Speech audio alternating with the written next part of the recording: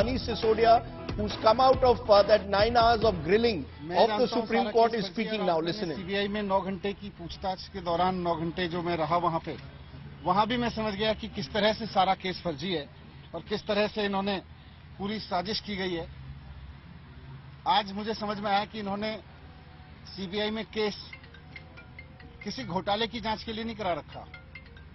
इन्होंने सीबीआई में जो मेरे खिलाफ केस करा रखा है वो दिल्ली में एक्चुअली ऑपरेशन लोटस को कामयाब करने के लिए करा रखा है। ये बात पहले भी मुझे बाहर से समझ में आ रही थी, लेकिन आज अंदर जाके सीबीआई के हेडक्वार्टर में 9 घंटे तक मेरे को और समझ में आई कि किस तरह से भारतीय जनता पार्टी सीबीआई जैसी एजेंसीज को अनकॉन्स्टिट्यूशनल तरीके से, असंवैधानिक तरीके से, गलत तरीके से दबाव बनाने के लिए यूज कर रही है। एक्साइज पे बात हुई, लेकिन मुझे आश्चर्य हुआ कि वहां भी साइड में मुझ पर दबाव बनाया गया कि आप छोड़ दो, आप में क्यों हो। मैंने कहा क्यों? बोले ये केस आपके ऊपर ऐसे चलते रहेंगे, नहीं तो। मैंने कहा इस केस में तो है नहीं, ये तो खत्म हो जाएंगे।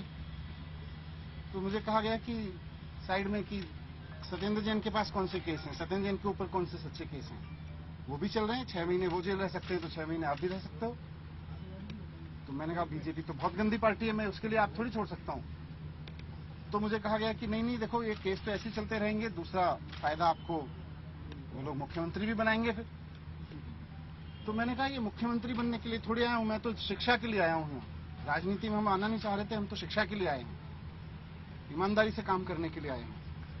फिर मैंने साफ साफ बोल दिया कि भैया मुझको तो खुशी मिलती है जब दिल्ली के रिक्शे वाले का बच्चा इंजीनियर बनता है, तो उसमें जो खुशी मिलती है मुझे सीएम बन के खुशी नहीं मिलती, सीएम बनने के बारे में सोच के खुशी नहीं मिलती। एक दिल्ली की मेड की बच्ची जब डॉक्टर बनती है तो मुझे खुशी मिलती है।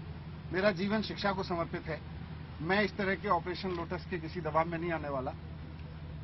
इनको जो करना है करें।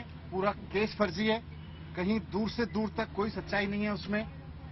कोई 1 करोड़ का, 1 रुपए का कहीं कोई घोटाला नहीं हुआ। ये बीजेपी वाले कहते रहे और दबाव बनाते रहे 10,000 करोड़ का घोटाला हुआ है, कोई घोटाला नहीं हुआ। आज मुझे वहां से भी समझ में आ गया।